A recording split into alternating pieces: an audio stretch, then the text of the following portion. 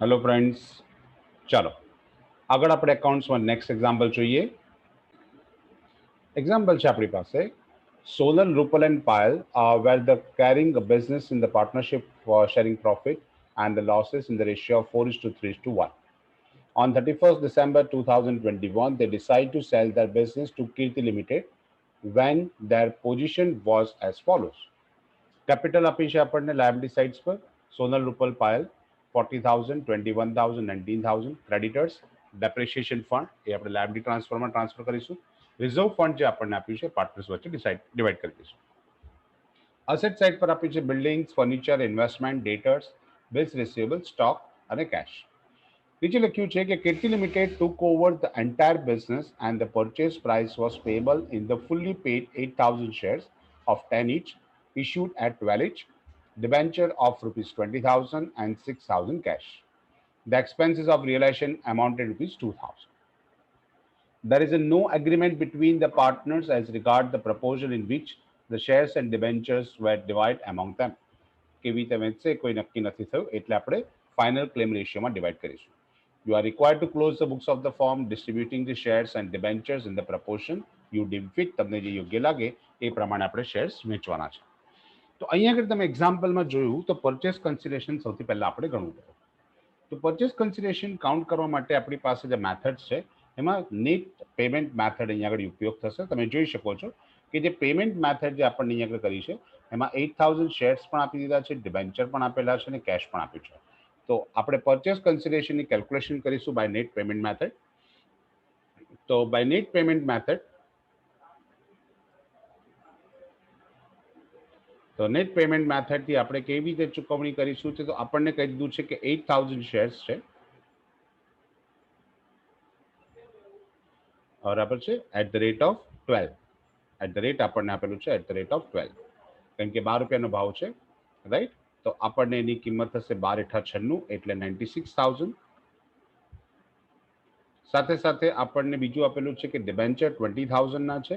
Always ડિબેન્ચરની value આપણી પાસે હોય છે 100 રૂપીસ બેઝ વેલ્યુ એની પાયાની કિંમત. તો અહીં આગળ આપણે 200 ડિબેન્ચર લઈ લઈશું. Debenture at the rate of 100 એટલે એની આપણને વેલ્યુ મળી જશે કે એની વેલ્યુ આપણી પાસે થઈ ગઈ 20,000 જે આપણને આપેલી છે. અને બીજી વસ્તુ આપણને આપી છે કેશ. તો આપણે લખી લઈશું કેશ બરાબર છે. એની વેલ્યુ આપણને આપી દીધી છે 6,000 રૂપીસ. તો આપણે લખી લઈએ 6,000 કેશ.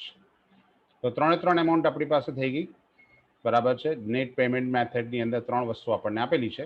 તો નેટ પેમેન્ટ મેથડમાં આપણે ત્રણે ત્રણ વિગતો લઈ લીધી. આપણને કેશ આપી છે, ડિબેન્ચર આપ્યા છે અને કેશ આપેલી છે.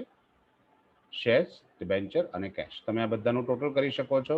ટોટલ કરશો તો આપણને એમાઉન્ટ મળી જશે ટોટલ એમાઉન્ટ. તો ટોટલ આપણને કેટલું મળી જશે એમાં તમે ચેક કરો કેટલું થાય છે. ટોટલ 1,22,000 થાય છે બરાબર છે. 1,22,000 બરાબર. હવે ડિસ્ચાર્જ લખવાની જરૂર નથી, ડિસ્ચાર્જ જ આપણને એક્ઝામ્પલમાં આપેલું છે બરાબર. અને બધી એસેટ્સ ટેક ઓવર કરે છે તો ઇન્ક્લુડિંગ કેશ ઓલવેઝ હોય. યાદ રાખજો અહીંયા લખેલું છે કે Kirti Limited took over the entire business. Entire બિઝનેસમાં એક ક્રેડિટર્સ પણ લઈ જશે બરાબર છે અને કેશ પણ લઈ જશે રાઈટ. તો જે ત્યારે પણ આવું આપેલું હોય ત્યારે ખાસ ધ્યાન રાખવાનું. ચલો આપણે સૌથી પહેલા રિયલાઇઝેશન એકાઉન્ટ આપણે તૈયાર કરી દઈએ.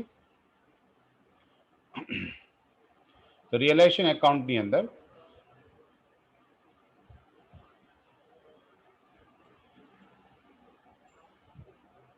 રિયલાઇઝેશન એકાઉન્ટ જોઈ લઈએ આપણે.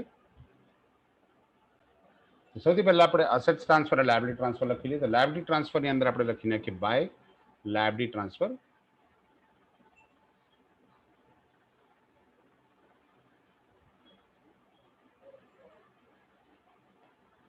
Liabilities transfer. તો લાયબિલિટીઝ ટ્રાન્સફરની અંદર આપણે સૌથી પહેલા લખી લઈશું જે આપણી પાસે આપેલી છે લાયબિલિટીઝ અંદર. તો લાયબિલિટીઝમાં આપણી પાસે બે વસ્તુ અંદર આપી છે. એક છે ક્રેડિટર્સ અને ડેપ્રિશિએશન ફંડ. પણ લાયબિલિટી ટ્રાન્સફર્સમાં માત્ર આપણે ક્રેડિટર્સ જ લખીએ છીએ. ક્રેડિટર્સની જે આપણને એમાઉન્ટ આપેલી છે 40,000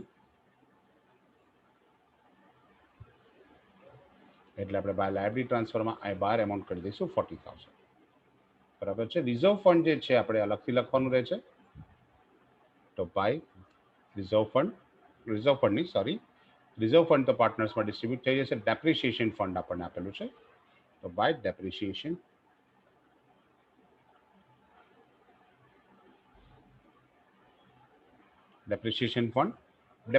ફંડ આપણને 4,000 રૂપીઝ આપેલું છે, એટલે આપણે ડેપ્રિસિએશન ફંડ 4,000 આઉટર કોલમમાં લખી લઈશું. ઓકે, જેમ કેપિટલ આપેલી છે પાર્ટનર્સ કેપિટલ એકાઉન્ટ પાર્ટનર્સમાં લખી લઈએ બાય બેલેન્સ બ્રોટ ડાઉન.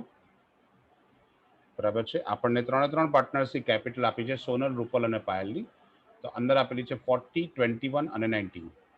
તો આપણે રકમ લખી લઈએ કે 40, પહેલા 40,000, બરાબર છે. ત્યાર પછી 21,000 અને 19,000. બરાબર છે. ચાલો, કેપિટલ થઈ ગઈ. બીજી વસ્તુ તમને અંદર રિઝર્વ ફંડ આપેલું છે, જે ભાગીદારો વચ્ચે વહેંચાઈ જાય, જેને આપણે સામાન્ય નામત કહેતા હોઈએ છીએ. 16,000 રૂપિયા આપેલું છે. ઉપર પ્રોફિટ શેરિંગ રેશિયો 4:3:1, એટલે 16,000 રૂપિયાને આપણે 4:3:2 પ્રમાણમાં વેચી દઈશું. અને પાર્ટનર્સ કેપિટલ એકાઉન્ટની અંદર ક્રેડિટ સાઇડ પર આપણે લખી લઈશું બાય જનરલ રિઝર્વ અથવા રિઝર્વ ફંડ.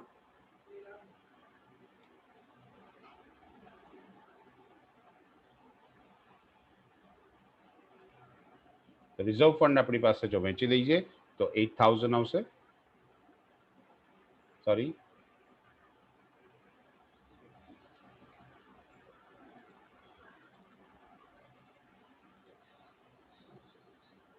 8,000. બરાબર છે. અહીંયા આગળ આવશે 8,000, 6,000.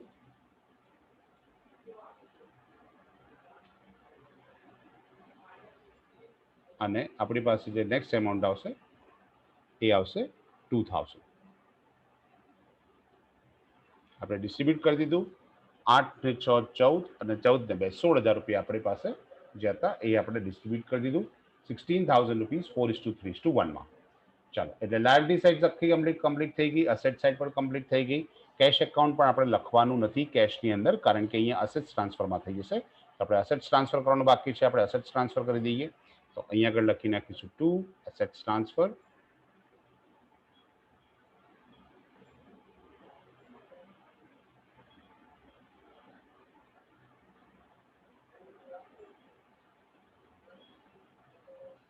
અસેટ્સ ટ્રાન્સફરની અંદર આપણી પાસે કઈ કઈ અસેટ્સ છે, તો પહેલી અસેટ્સ આપણે લખી લઈશું બિલ્ડિંગ 25,000, ફર્નિચર 11,000. તો બિલ્ડિંગ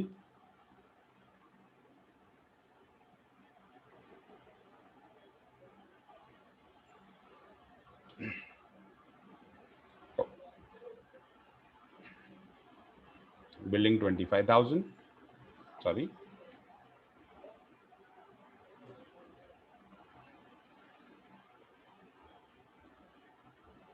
બિલ્ડિંગ 25,000. ત્યાર પછી આપણી પાસે બીજી એસેટ્સ આપેલી છે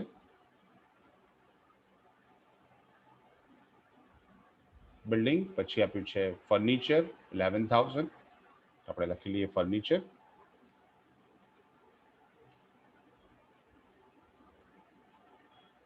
$11,000.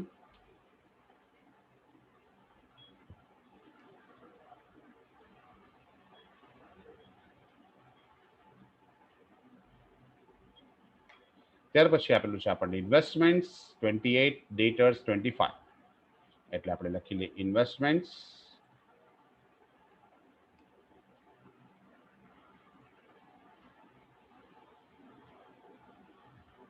$25.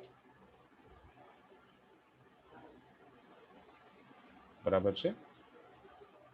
ઇન્વેસ્ટમેન્ટ 25 છે, સોરી, ઇન્વેસ્ટમેન્ટ 28 છે ને ડેટર્સ 25 છે, તો એ 28,000.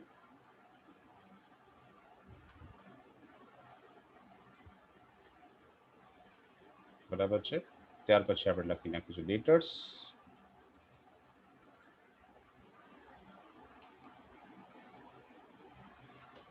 25. પછી આપણને આપેલું છે stock Sorry, bills receivable 5,000, stock 26,000.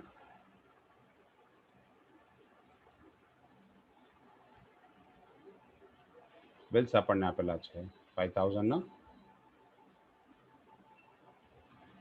અને ત્યાર પછી આપણને આપેલું છે સ્ટોક 26,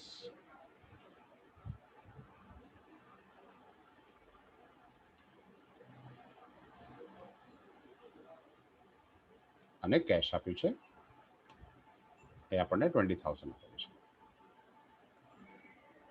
કેશ પણ અહીંયા જ લઈ જશે કારણ કે એન્ટાયર બિઝનેસ ટેક ઓવર કરે છે, એટલે આપણે અહીંયા આગળ કેશને પણ એન્ટ્રી આની અંદર જ આપીશું.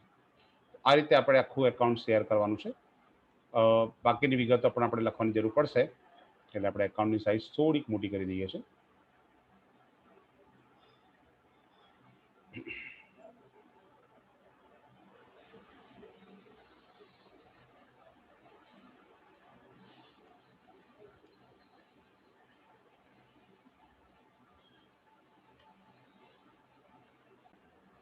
બધી એસેટ્સની અંદર આપણે વેલ્યુ લખાઈ ગઈ છે, તો બધી એસેટ્સનું જે ટોટલ આપણી પાસે છે એ આપણને એસેટ્સ એનું ટોટલ આપેલું છે 1,40,000.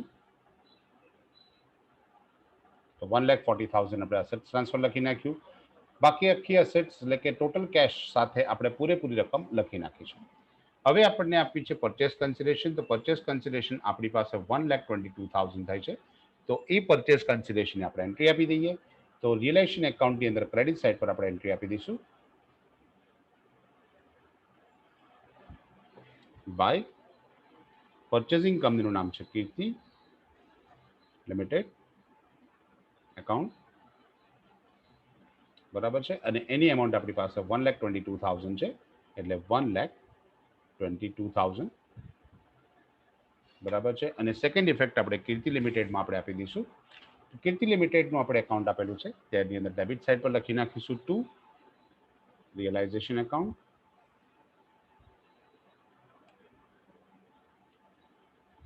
બરાબર છે, 1,22,000.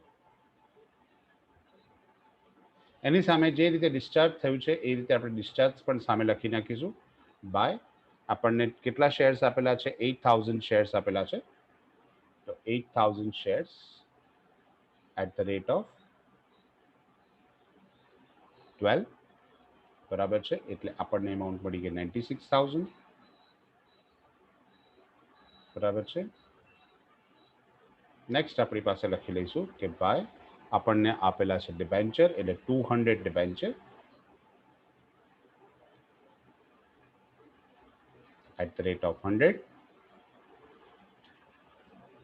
એટલે આપણી પાસે અહીંયા આગળ એમાઉન્ટ મળી જશે 20,000. અને કેશ આપણને આપેલું છે, તો by cache,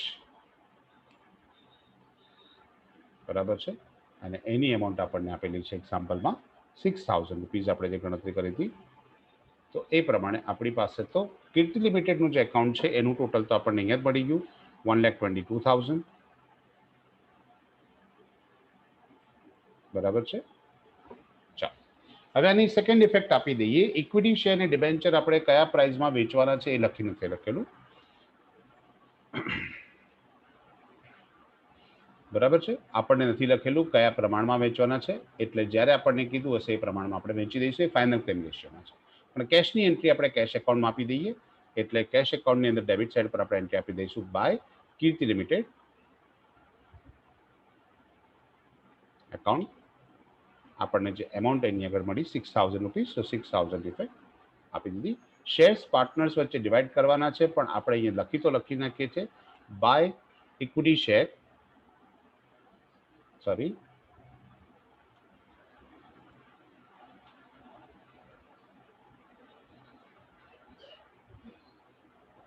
of Kirti limited,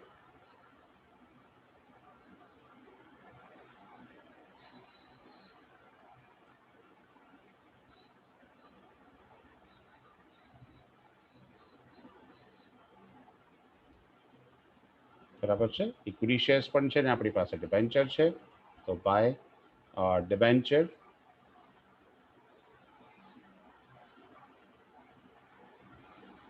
account, બરાબર છે. ડિબેન્ચર જે પ્રમાણમાં વેચવાના છે આપણે વેચી દઈશું. ઓકે, ચાલો, તો અહીંયા આગળ આપણી પાસે જે પ્રમાણે કામ કરીશું એ પ્રમાણે વેચવાનું છે, એટલે એની ઇફેક્ટ આપણે આપી દઈશું. આગળ વધીએ તો આપણને કોઈ બીજી ઇન્ફોર્મેશન અંદર આપી હોય એક્ઝામ્પલમાં, તો આપણને એવું કીધું છે કે 2000 રિયલાઇઝેશન એક્સપેન્સીસ છે. તો 2000 રિયલાઇઝેશન એક્સપેન્સીસ આપણે પહેલા એન્ટ્રી આપી દઈશું. કેશ આપણે રિયલાઇઝેશન એકાઉન્ટની અંદર બાય કેશ એકાઉન્ટ બ્રેકેટમાં લખી નાખીએ રિયલાઇઝેશન એક્સપેન્સીસ.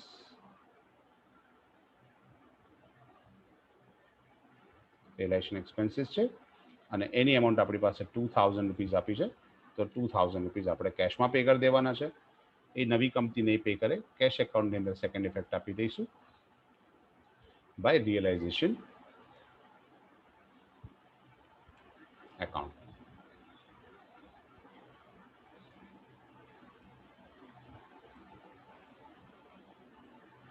₹2000, તો 2000 ઇફેક્ટ આપણે આપી દીધી.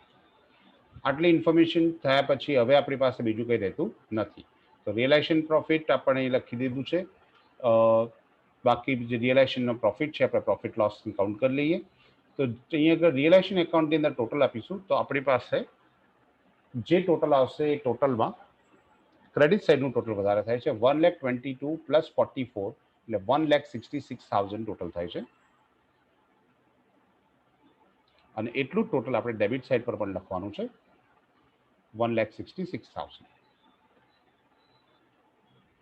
અને જો આપણે એન્ટ્રી ચેક કરી લઈએ તો 1,42,000 આપણી પાસે ડેબિટ સાઇડની અમાઉન્ટ છે. તો ડેબિટ સાઇડની અમાઉન્ટ આપણે બાદ કરી દઈએ તો આપણી પાસે 1,42,000 માઇનસ કરી એટલે 24,000 વધશે.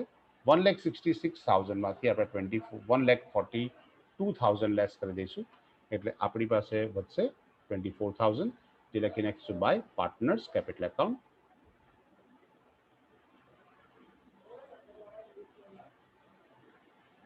પાર્ટનર્સ કેપિટલ એકાઉન્ટ આપણે એમના નફા નુકસાનના પ્રમાણમાં આ 24,000 ડિસ્ટ્રીબ્યુટ કરી દઈશું.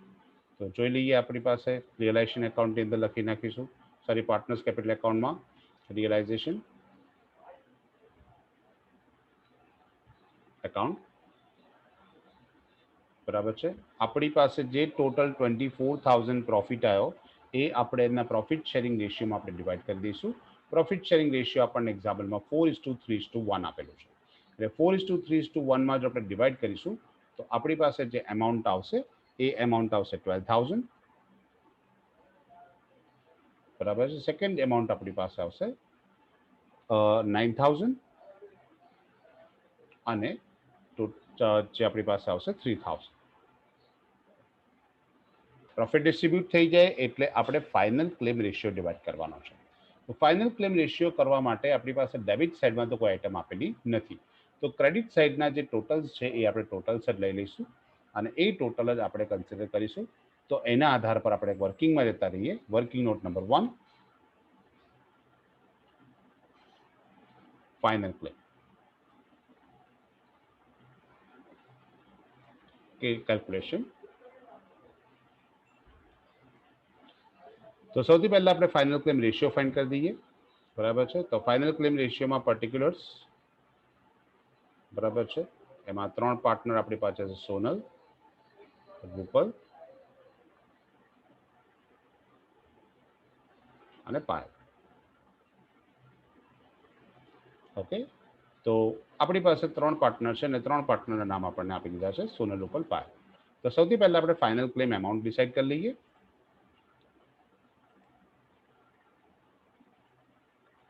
એમાઉન્ટ તો એ લોકોના કેપિટલ એકાઉન્ટનું ટોટલ જોઈ લઈએ. કેપિટલ એકાઉન્ટમાં સોનલનું જે ટોટલ થાય છે આપણી પાસે 12,000 ને 8,000 20,000 20 ને 40 60,000 એટલે સોનલની એમાઉન્ટ આપણી પાસે 60,000 રૂપિયા થાય છે એટલે 60,000. એવી જ રીતે જો આપણે રૂપલની એમાઉન્ટ કેલ્ક્યુલેશન કરીએ છીએ તો રૂપલની એમાઉન્ટ આપણી પાસે થાય છે 36,000 અને નેક્સ્ટ એમાઉન્ટ આપણી પાસે પાયલની થાય છે 24,000. એના આધાર પર આપણે ફાઇનલ ક્લેમ રેશિયો બનાવી દઈએ.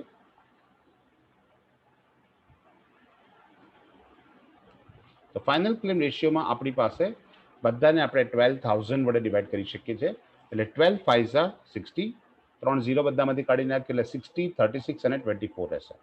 બરાબર છે. એટલે આપણે એમ કહી શકીએ કે આપણી પાસે 5 36 ની વાત કરીએ એટલે 12 તારી 36 એટલે 3 અને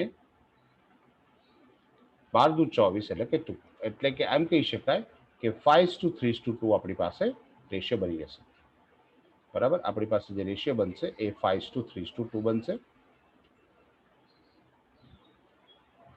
બરાબર છે, 5:3:2. એટલે 5:3:2 ના પ્રમાણની અંદર આપણે એ લોકોના શેર્સ અને ડિબેન્ચર્સ વેચી દઈશું. તો આપણે વેચી દઈએ. બરાબર છે, તો ડિસ્ટ્રીબ્યુશન આપણે કરી લઈએ.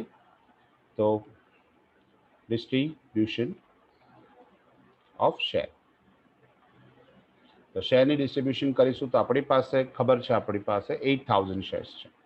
તો 8000 શેર્સ બરાબર છે ઇન્ટુ આપણે પહેલા સોનલનું કેલ્ક્યુલેશન કરી દઈશું એટલે ઇન્ટુ 5 ડિવાઇડેડ બાય ટોટલ આપણી પાસે થશે 10. એટલે એ આપણી પાસે જે આવશે 8000 શેર્સની પ્રમાણે આપણે જે આવશે 4000 શેર્સ આવશે. અને આપણો ભાવ આપણી પાસે છે @12 એટલે આપણી પાસે 48,000 રૂપીસ થશે. 48,000. એવી જ રીતે આપણી પાસે જે ડિસ્ટ્રીબ્યુશન ઓફ શેરમાં આપણે પહેલી કેલ્ક્યુલેશન આપણે સોનલની કરી. બરાબર છે,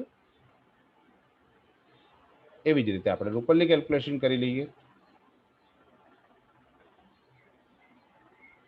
તો રૂપલની કેલ્ક્યુલેશનની અંદર પણ 8000 શેર્સ ઇન્ટુ એનો પાર્ટ 3 છે તો ઇન્ટુ 3 ડિવાઇડેડ બાય 10 એટલે ઇક્વલ ટુ આપણને જે શેર્સ મળશે એ શેર્સ મળશે 2400 2400 અને 2400 શેર પર ગુણ્યા 12 એટલે આપણને એમાઉન્ટ હશે 24 12 288 288 એટલે 28800. અને પાયલની કેલ્ક્યુલેશન કરી દઈએ.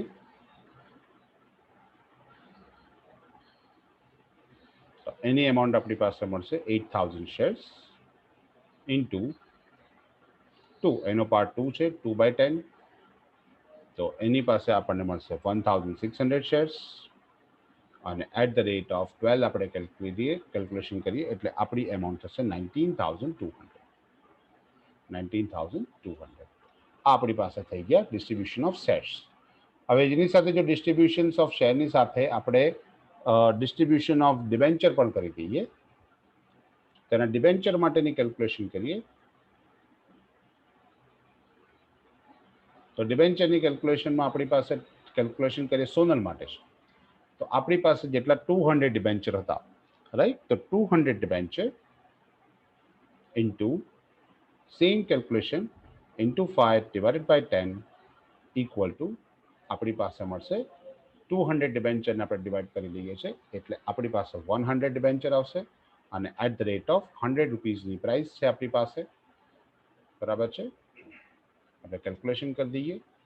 શોર્ટમાં લખીએ છીએ ઇન્ટુ એટલે 100 ડિબેન્ચર @100 એટલે આપણી પાસે એમાઉન્ટ થઈ જશે 10,000.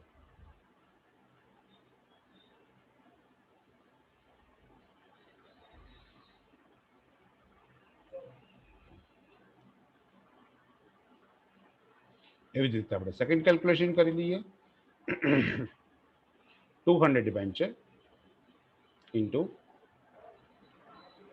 એનો શેર આપણી પાસે 3/10 એટલે આપણી પાસે જે ડિબેન્ચર મળશે ડિબેન્ચરની સંખ્યા મળશે 60. 60 ડિબેન્ચર @100 એટલે આપણી પાસે એમાઉન્ટ છે 6,000. અને પાયલને આપણે કેલ્ક્યુલેશન કરીએ તો એના ડિબેન્ચર પણ same 200 debenture into 2 divided by 10 equal to આપણને 40 ડિબેન્ચર્સ મળશે.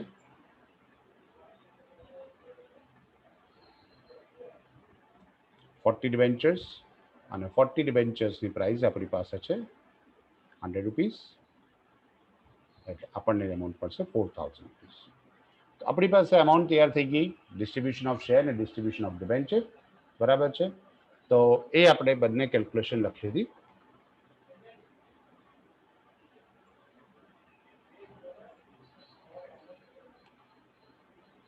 Distribution of debenture.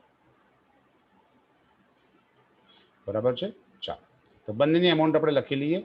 જે ઇક્વિટી શેર્સની આપણી પાસે એમાઉન્ટ આવી એ આપણે લખી લઈશું 48,000 સોનલ, ત્યાર પછી 28,800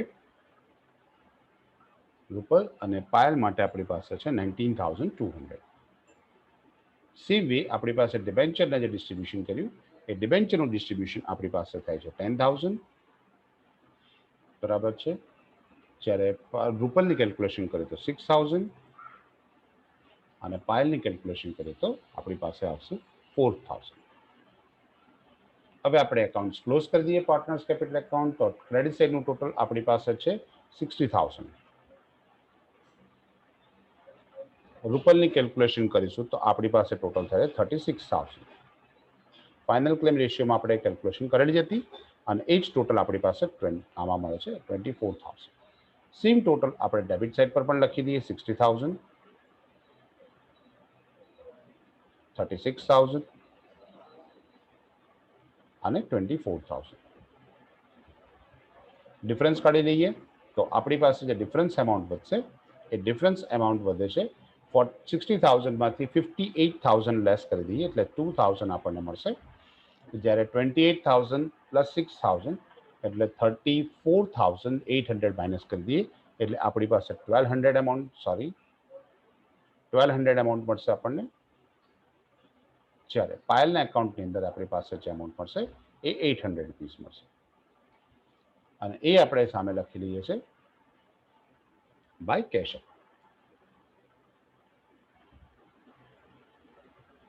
બરાબર છે. બાય કેશ એકાઉન્ટની અંદર એન્ટ્રી પડી જશે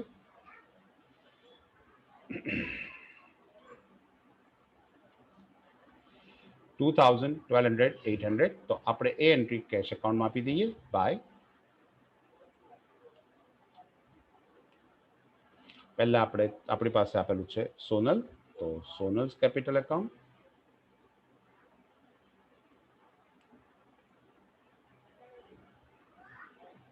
બરાબર છે. એની એમાઉન્ટ આપણી પાસે જે આપેલી છે 2,000 રૂપીસ. ત્યારબાદ Payal's capital account, Rupal's capital account.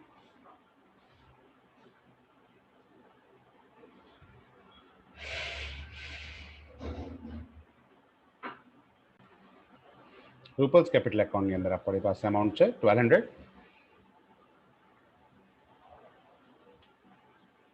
બરાબર. અને બાય પાયલ્સ કેપિટલ એકાઉન્ટ.